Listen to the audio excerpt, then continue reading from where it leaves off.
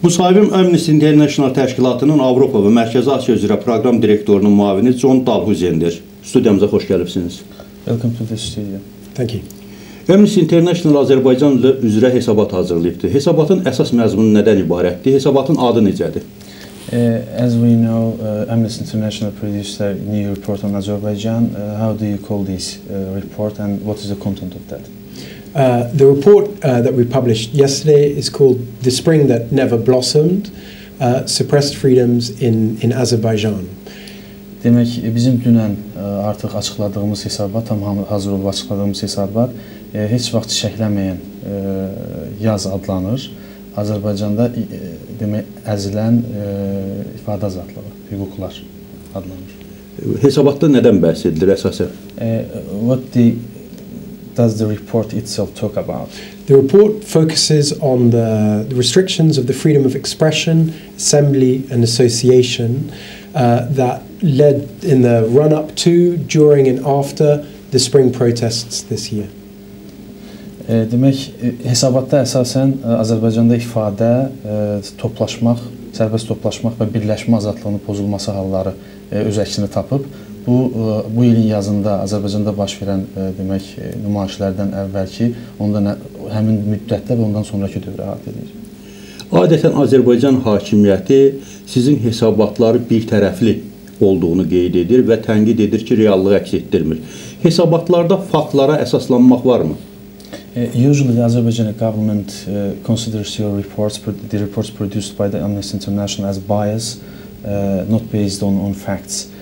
What kind of facts your report is based on?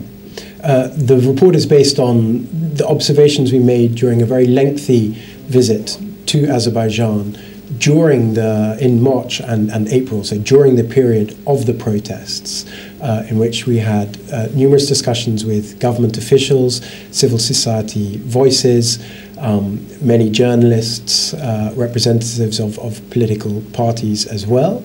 And then on our return, we continued to follow up with those cases and those actors. Demək, konkret olaraq biz Azərbaycana mart ayında etdiyimiz səfər ərəfəsində demək, proseslərlə tanış olmuşuq və bu faktları incələməyə başlamışıq. Bu zaman biz jurnalistlərlə, siyasi təşkilatların nümayəndələri ilə, hökumət nümayəndələri ilə, qeyri-hökumət təşkilatları ilə və digər əlaqədar şəxslərlə görüşmüşük, müzakirələr aparmışıq və faktları araşdırmışıq və eyni zamanda bu mart ayında olduğu üçün ondan bu tərəf olan dövrdə, yəni səfər bitdikdən sonra da dəfələrlə geri dönərək, yəni müxtəlif kommunikasiya vasitələri ilə biz bu faktları bir daha araşdırmışıq. Adətən Amnesty İnternati təşkilatı dünyada siyasi məhbuslar, vicdan məhbusları və ədalətsiz məhkəmə qərarlarının qurbanları ilə bağlı məlumatlar verir. Sizin hesabata görə Azərbaycanda indi siyasi məhbusların sayı nə qədərdir? Vicdan məhbuslarının sayı nə qədərdir? Ədalətsiz məhkəmə qurbanlarının sayı nə qədərdir? Usually the Amnesty International as an international organization gives the number of the POCs, prisoners of conscience, political prisoners and the victims of the unfair trials just on the worldwide. So what do you think? What is the exact number of the prisoners of conscience, political prisoners and the victims of the unfair trial in Azerbaijan? Well, we looked exclusively for the purposes of this report at those arrested and detained in connection with the spring protests. And in connection with those protests, we consider there to be currently 17 prisoners of conscience.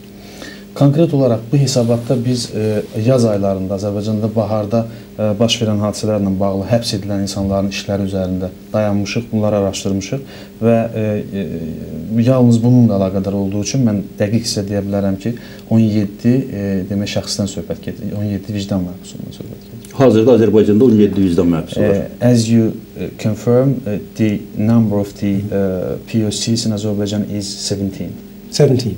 That includes the 13 of those who were convicted of organizing the protests, convicted afterwards. It includes Jabir Savalan, includes Bakhtar Hajiev, who were arrested obviously before the protests began, and the two who were convicted afterwards on trumped-up charges that we consider to be trumped-up charges. You can give their names. Demək, konkret olaraq onu deyim ki, 13 nəfər, yəni bu 17 nəfərin biz məzmununu, demək, bu siyahının məzmununu açıqlasaq, 13 nəfər konkret olaraq həmin hadisələrin təşkilatçılığı qismində ittiham edilərək həbs olunan insanlardılar. Bunlara hansı ki, Cabbar Savaranlı və Bəxtiyar daxildir, çağırışlara görə. Onlar aksiyalardan əvvəl həbs edilmişdilər və yerdə qalan 4 nəfər, adını çəkmədiyim 4 nəfər isə, yəni 13-dən əlavə olaraq, bunlar da təbii ki, qondarma həbslərlə, məhz həmin hadisələrlə əlaqədar olaraq həbs edilibdir. İndi Azərbaycan hakimiyyətini vicdan məhbuslarını həbsdən azad edilməklə bağlı çağırışlarınız varmı? Çünki sizin vicdan məhbusu hesab etdiyiniz dünyada elə bilirəm ki, həbsdə olan adam yoxdur. Do you make calls on authorities, Azerbaijan authorities, to release all these prisoners of conscience? As far as I know, there is no prisoner of conscience in the world at this moment. There are certainly several prisoners of conscience that Amnesty considers around the world, not one or two, hundreds, several hundreds. Yəni bir neçə yüz demək olar ki, dünya üzrə bu cür vicdan məhbusları var. Yəni bu 1-2 nəfər deyil ki, ya da 1-2 ölkə deyil ki, biz bunu qeyd edək.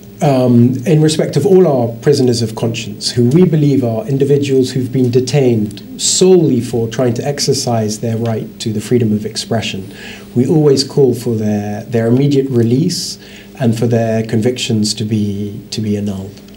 Yəni konkret olaraq o şəxslər ki, yalnız məsələn deyək ki, öz hüquqlarını, sərbəst toplaşmaq, ifadə azadlığı hüquqlarını gerçəkləşdirmək üçün cəhdlər ediblər və həbsə məruz qalıblar.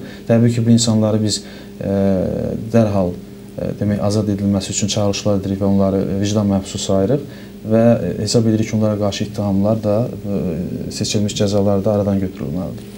Siz necə hesab edirsiniz? Azərbaycan hökuməti sizlə dialoq aparmalıdır mı? Müraciət edibsinizmi insan haqlarından bağlı vəziyyəti müzakirə edəsiniz?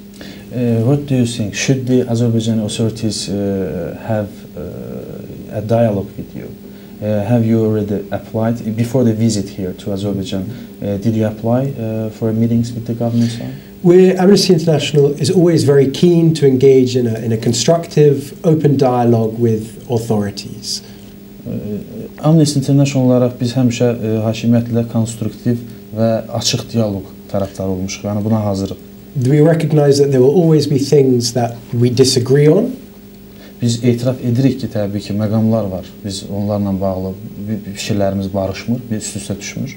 We think the important thing is to sit down and to discuss these issues, and we try and do this loyally and objectively. Biz başa düşürük ki, ancaq bunları oturub müzakirə etmək lazımdır və bunu obyektiv şəkildə, qanuna uyğun bir formada həyata keçirmək lazımdır. In the hope of finding solutions and helping Azerbaijan move towards greater respect for the human rights in this country. Yəni bu problemlərin həllinə nail olmaq və Azərbaycanın nəhayət insan haqlarına hörmət etməsinə gəlib çatmaq, yəni o məqama gəlib çatmaq biz çalışırıq. Before coming to Baku for the launch of this report, we were in touch with the Azeri authorities and requested to meet a number of authorities from ministers of Interior, Justice, the Baku city authorities, from the presidential administration, and we received the reply that this was not a good time, this was not a good week. Konkret olaraq, yəni bu səfər qabağı hakimiyyətə müraciətdən danışdıqda onu bildirmək istəyirəm ki, səfərimiz gerçəkləşməmişdən əvvəl, Azərbaycana gəlməmişdən öncə biz Azərbaycan hakimiyyətinə rəsmi olaraq müraciət etmişik və bir sıra hakimiyyət qurumları, hökumət qurumları ilə görüş üçün onlardan vaxt istəmişik. Konkret olaraq bildirim ki, bu Daxili İşlər Nazirliyi, demək, Prezident Aparatı, Ədliyyə Nazirliyi və Bakı şəhər meriyası olub bizim bu siyahımızda məktubda qeyd edilib. Ancaq təəssüflər olsun ki, aldığımız məlumatda belə qeyd edilmişdi ki, hal-hazırda görüş üçün müvafiq, yəni daha yaxşı vaxt olmadığı üçün biz sizlə görüşə bilmirik. But I'd like to repeat that if there's still an opportunity for a meeting and were they to extend an invitation to come in the next few weeks, I very gladly get on a plane and come and discuss. Əgər fikirləşirik ki, əgər hələ də belə bir yəni görüşmə imkanı və qarşılıqlı təmas imkanı tükənməyibsə, mövcuddursa, təbii ki, qarşıda dayanan həftələrin ərzində biz rəsmi dəvətlə belə bir demək dəvət alarıqsa, mütləq o təmaslarda bulunarıq. Heç bir problem yoxdur. Sualım belədir ki, bundan qabaq da siz Azərbaycanda monitorinqlər aparırsınız. İnsan hüquqları sahəsində vəziyyət getdikcə yaxşılaşır və yaxud pisləşir. Çünki hökumət deyir ki, bir qayda olaraq Azərbaycanda insan hüquqları sahəsində bütün hər şey yaxşıdır, gözəldir. Müxalifət isə deyir ki, pisdir, daha da pisləşir. Sizin mövqeyiniz necədir? I know that the Amnesty International, this is not the first work you have done on Azerbaijan. All the time you are monitoring the situation with regard to human rights in Azerbaijan. So there is just two opinions on the situation around human rights in Azerbaijan. Opposition says that the human rights situation is getting deteriorated, but all the time the government side just disagrees and says that the situation is getting improved. Sorry. So what is your opinion? I think there are different things that are happening, and certainly there are a number of areas in which Azerbaijan is making progress. Notably as a result of its economic growth and a certain political stability, a number of the respect for important social and economic rights that are very important to a great many people. This is improving. Yəni burada müxtəlif məsələlər var. Yəni birinci qeyd edəcəyim məsələ ondan ibarətdir ki, konkret olaraq baxdıqda Azərbaycandakı vəziyyətə, məsələn deyək, iqtisadi inkişafın olmasıdır, artım, siyasi sabitlik və müəyyən sosial-iqtisadi hüquqların bir qədər təmin olunduğu bir məqamdır. Yəni bütün bunları qeyd etmək lazımdır ki, bunlar var. But the situation with respect to civil and political rights, the freedom of speech, the freedom of assembly, the freedom to protest, the freedom to express critical opinions, here the situation is not so optimistic. Amma konkret olaraq mülki və siyasi hüquqların durumuna baxdıqda isə, deyək ki, burada ifadə azadlığıdır, toplaşmaq, birləşmək, digər azadlıqlardır, özün ifadə azadlığı. Onlarla bağlı durumu heç də qəti yaxşı adlandırmaq mümkün deyil. Already the situation before the spring protests wasn't great. Konkret olaraq bahar hadisələrindən əvvəl vəziyyət heç də yaxşı olmayıb, yəni xüsusi bir yaxşılıq yox idi. And the reaction to those protests, the very severe nature of the clampdown, the fact that they were banned, that they were disrupted when they happened, that the organizers were arrested and detained, is definitely an indication of the nervousness of the current authorities in relation to critical voices when that becomes publicly visible. And their clampdown has happened with a very extreme disregard for basic rights to freedom of expression and to fair trial. Deməli, konkret olaraq yaz hadisələrində, yəni nümayişlər zamanı hökumətin davranışlarına biz fikir verdikdə burada bir son dərəcə bir əsəbilik nümayiş etdirildiyini şahid oluruq. Yəni aksiyalar qadağan edilir, yəni onlara hüquqi olaraq imkan yaradılmır, aksiyaların özünə müdaxilə edilir, onlar dağıdılır, aksiya iştirakçıları həbs edilir və azadlıqdan məhrum edilir. Yəni biz bunu müşahidə edirik və qəti şəkildə görmək mümkündür ki, yəni sərbəst toplaşmaq, ifadə azadlığı və nəhayət ədalətli məhkəmə hüququ burada ciddi şəkildə hörmətsizliklə rastlaşır. Yəni hörmət edilmir. To convince the world that is increasingly looking and watching Azerbaijan, as it now has a seat on the Security Council, as the Eurovision Song Contest is coming here, Azerbaijan is in the spotlight. If this government wants to convince the world that's looking at Azerbaijan that it's really committed to developing into a stable, pluralistic democracy, it needs to make much more effort in this area. Və elə bir tarixi məqamdır ki, Azərbaycan Birləşmiş Millətlər Təşkilatının Təhlükəsizlik Şurasının üzvüdür. Yəni üzvlüyünə qəbul olub. Azərbaycanda son dərəcə Avropa üçün əhəmiyyətli olan bir hadisə, yəni Avroviziya mahnı müsabiqəsi baş verəcək. Yəni onun qalibidir.